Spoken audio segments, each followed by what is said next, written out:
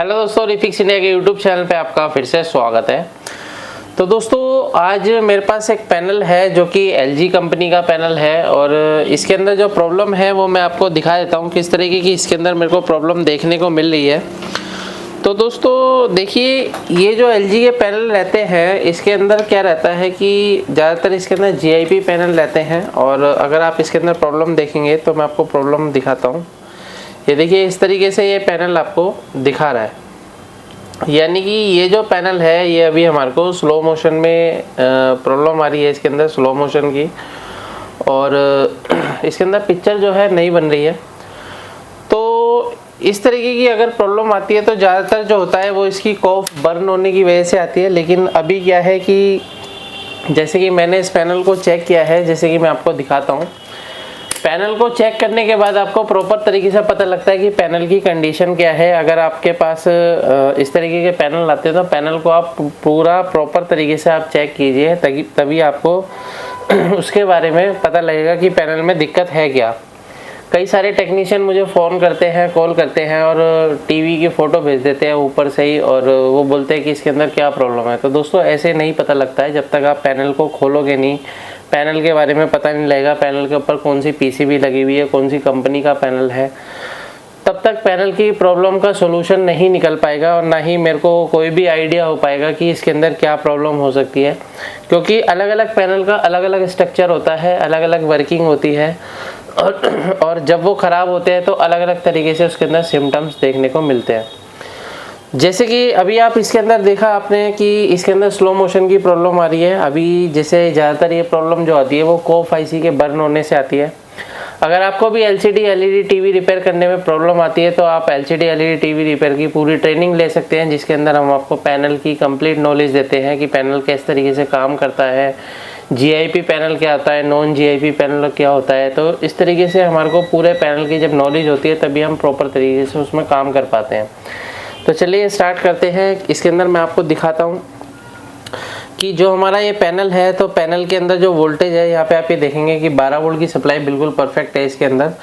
और ये जो 12 वोल्ट की सप्लाई है सीधी डीसी टू डीसी आईसी के अंदर जाती है और डीसी टू डीसी आईसी अपना काम करना स्टार्ट करती है। जैसे कि यहाँ पे 3.3 वोल्ट की सप्लाई बनाती है और ये 3.3 वोल्ट की सप्लाई बन के हमारी टीकॉन आईसी रोम आईसी के अंदर जाती है। उसके बाद इसके अंदर इनेबल जब आता है तो ये आईसी हमारी एवीडीडी के लिए वोल्टेज बूस्ट करना स्टार्ट करती है। तो जैसे कि यहाँ पे आप ये देख रहे हैं, ये जो हमारे को एवीडीडी वोल्टेज जो मिल रहा है यहाँ पे 19 वोल्ट के अराउंड यहाँ पे मेरे को वोल्टेज मिल रहा है। और ये 19 वोल्ट की जो सप्लाई है, जब ये 19 वोल्ट हमारा बन जाता है डायोड के द्वारा, तो ये जो सप्लाई है सीधी हमारी जाती है मॉसफेट के अंदर। तो यहाँ पे आप ये मॉसफेट देख सकते हैं। ये मॉसफेट के अगर आप ड्रेन पे देखेंगे तो हमारे को यहाँ पे जो वोल्टेज मिल रहा है 15-16 वोल्ट के अराउंड यहाँ पे वोल्टेज मिल रहा है, जबकि यहाँ पे जो वोल्टेज हमारे सोर्स पे होता है वही वोल्टेज हमारे को यहाँ पे देखने को मिलना चाहिए। यहाँ पे देख सकते हैं आप, इसके जो सोर्स पे है वो 19 वोल्ट की सप्लाई है और इसके ड्रेन पे अगर आप देखेंगे तो इस पे जो वोल्टेज है वो कम हो गई है, यानी कि 16 वोल्ट हो गई है। तो दोस्तों ये जो पैनल की जो वोल्टेज है वो एबनॉर्मल है इस टाइम, यानी कि ये जो पैनल है हमारा प्रॉपर तरीके से इसी वजह से काम नहीं कर रहा है। तो अगर हम देखेंगे तो हमारा ये जो मॉसफेट है, इस मॉसफेट के अंदर कुछ ना कुछ प्रॉब्लम हो सकती है। तो सबसे पहले हम इस मॉसफेट को चेंज करते हैं और मॉसफेट के गेट को भी अगर हम चेक करते हैं तो गेट पे भी देखिए 16 वोल्ट की सप्लाई आ रही है।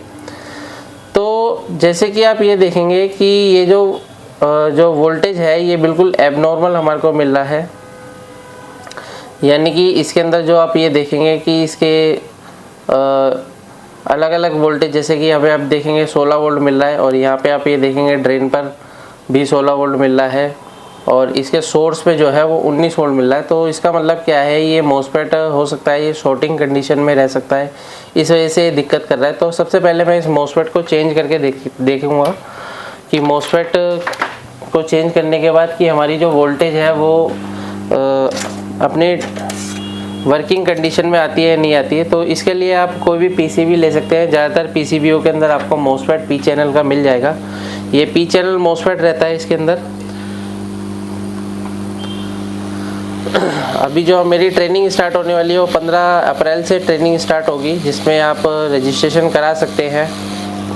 तो यहाँ पे पहले मैं इस मॉसफेट को चेंज करके देखता हूँ। तो इस मॉसफेट को मैं निकाल लेता हूँ पहले।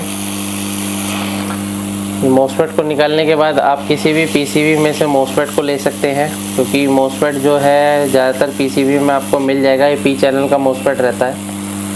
और इस मॉसफेट को अगर मैं लगाता हूँ और लगाने के बाद हम इसकी कंडीशन चेक करेंगे।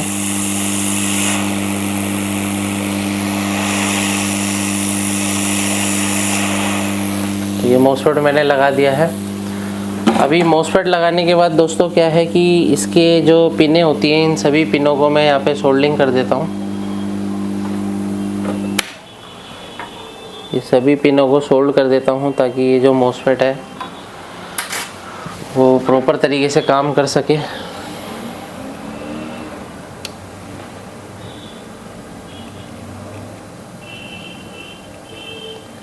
ये मैंने इसको सोल्डिंग कर दिया।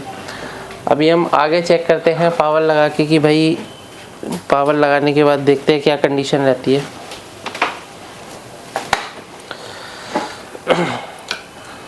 पावर लगा देते हैं। पावर लगाने के बाद अगर हम देखते हैं कि हमारा जो वोल्टेज था वो जो एबनॉर्मल 19 वोल्ट हो रहा था, क्योंकि ज़्यादातर जो वोल्टेज होती है वो 16 वोल्ट के अराउंड होनी चाहिए वोल्टेज। तो यहाँ पे आप ये देख सकते हैं 16 वोल्ट इसके सोर्स पे आ चुका है। और अगर इसके ड्रेन पे देखेंगे तो ड्रेन पे भी 16 वोल्ट है।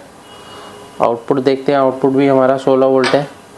और अगर इसका गेट देखेंगे तो गेट आप देख सकते हो, यहाँ पे पहले हमारा गेट भी 16 वोल्ट हो रहा था, लेकिन अब यहाँ पे 17 वोल्ट 7 वोल्ट के अराउंड यहाँ पे हो रहा है, क्योंकि गेट जब तक लो नहीं होगा तब तक यहाँ से वोल्टेज पास नहीं करेगा। पहले जो पास कर रहा था यानी कि ये शॉर्टिंग की वजह से पास कर रहा था, यानी कि ये जो है शॉर्ट हो चुका है। अभी अगर हम पिक्चर देखते हैं तो पिक्चर की क्या कंडीशन है, तो पिक्चर आप अभी देख सकते हैं। अभी भी ये वाइट जो है पैनल है हमारा, यानी कि अभी इस पैनल में और भी दिक्कत है। इसको दोबारा से हम स्टार्ट करके देखते हैं।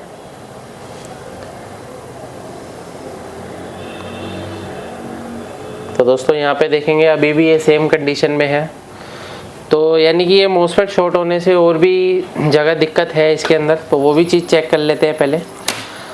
अभी AVDD वोल्टेज हमारा ओके था, तो AVDD वोल्टेज हमारा बन रहा है, यानी कि AVDD के बाद हम चेक करेंगे इसकी सभी बेसिक वोल्टेज, जैसे VGL और VGH हो गया। तो यहाँ पे आप ये देखेंगे तो VGL वोल्टेज इसका ओके है, -5 वोल्ट। और अगर हम इसकी VGH देखते हैं तो यहाँ पे अगर आप VGH देखेंगे तो इसका VGH बिल्कुल भी नहीं बन रहा है। VGH नहीं बन रहा है, तो VGH की अगर हम लाइन देखते हैं तो यहाँ पे इसके 2 जीनर लगे हुए हैं और इस जीनर पे आउटपुट निकलता है, इस जीनर से हमारा इनपुट होगा, यानी कि यहाँ पे हमारा इनपुट वोल्टेज होना चाहिए। जैसे कि यहाँ पे आप ये देख रहे हैं, तो यहाँ पे भी हमारा 19 वोल्ट इनपुट हो रहा है, ये 19 वोल्ट इनपुट हो रहा है। और इसके बीच में यहाँ पे क्या है, पल्स जनरेट होती है, क्योंकि ये हमारा चार्ज पंप सर्किट है। पॉजिटिव चार्ज पंप सर्किट के द्वारा यहाँ पे वोल्टेज बूस्ट होती है, लेकिन यहाँ पे वोल्टेज बूस्ट नहीं हो रही है।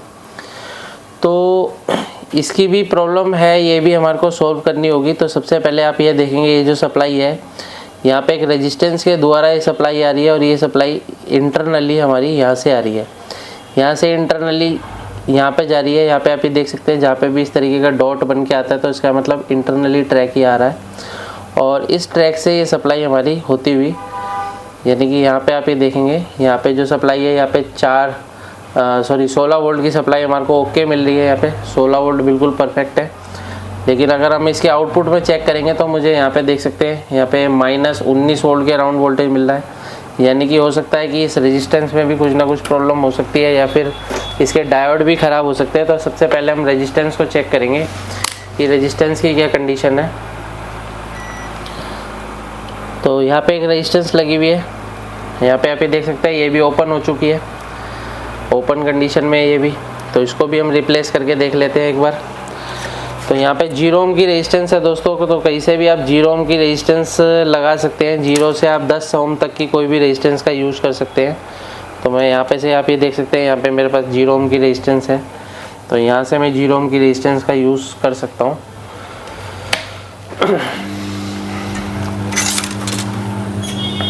इस रेजिस्टेंस को भी हम रिमूव कर लेते हैं। तो यानी कि जो है मॉसफेट के शॉर्ट होने से ये रेजिस्टेंस भी हो सकता है ओपन हो गई है। और इसको भी हम चेंज करके देखेंगे अभी फ़िलहाल।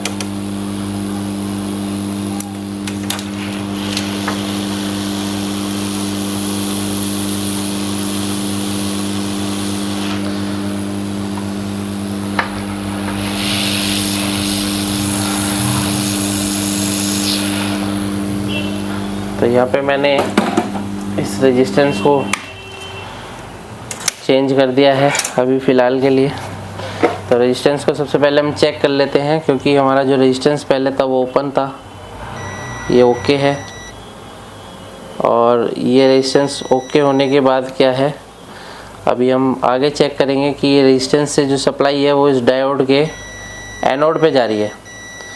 और जब इस एनोड पे जब तक इसके AVDD वोल्टेज नहीं जाएगा तब तक ये बूस्ट वोल्टेज यानी कि चार्ज पंप सर्किट के द्वारा वोल्टेज बूस्ट करके आउटपुट नहीं निकालेगा। तो अभी हम सप्लाई लगा के देखते हैं। सप्लाई लगा के देखने के बाद देखते हैं क्या कंडीशन इसकी बनती है।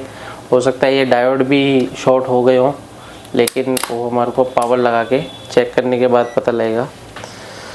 तो यहाँ पे अगर हम देखते हैं तो इसके डायोड पे आप ये देख सकते हैं कितना वोल्टेज यहाँ पे हमारे को मिल रहा है। 9 वोल्ट के राउंड यहाँ पे वोल्टेज मिल रहा है। और यहाँ पे आप ये देखेंगे, ये देखिए कितना वोल्टेज हमारे को मिल रहा है, यानी कि 24 वोल्ट VGH वोल्टेज हमारे को मिल गया है। यानी कि इसका जो चार्ज पंप सर्किट है वो काम कर रहा है। तो यहाँ पे वोल्टेज जो है हमारी बूस्ट हो चुकी है। और यहाँ पे आप ये देखेंगे ये हमारा जो रेजिस्टेंस है वो भी काम कर रही है। इसका मतलब ये रेजिस्टेंस परफेक्ट है। आगे अगर हम इसका सर्किट इसका ये देख सकते हैं आप, पिक्चर हमारी ओके बन चुकी है। इसको मैं ऑफ़ करके ऑन करके आपको दिखा देता हूँ। एक बार ये ऑफ़ करा, ऑन करके दिखा देता हूँ। क्योंकि दोस्तों इसके अंदर काफ़ी सारी दिक्कत थी। इसके अंदर मैंने टीकॉन IC भी इसकी रिप्लेस करी है, और इसके अंदर मैंने रोम IC भी इसकी रिप्लेस करी है, क्योंकि इस पैनल में काफ़ी सारी दिक्कतें थी। तो काफ़ी लंबी वीडियो हो जाती है, इसलिए मैंने टीकॉन IC और रोम IC को पहले ही चेंज करा है। यहाँ पे आप ये देख सकते हैं टीकॉन IC को मैंने रिप्लेस किया था और रोम IC को भी मैंने रिप्लेस किया था। तो रोम IC को रिप्लेस करने की वजह से यहाँ पे आप ये देख सकते हैं पिक्चर जो है इसकी उल्टी आ रही है, क्योंकि पहले वाला जो इसकी PCB थी उसके ऊपर पिक्चर उल्टी थी।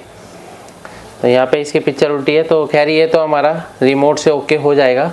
तो इस तरीके से हम किसी भी पैनल को इजी तरीके से रिपेयर कर सकते हैं। अगर आप भी LCD LED TV रिपेयर की ट्रेनिंग लेना चाहते हैं तो वीडियो को लाइक करें, शेयर करें, कमेंट करें।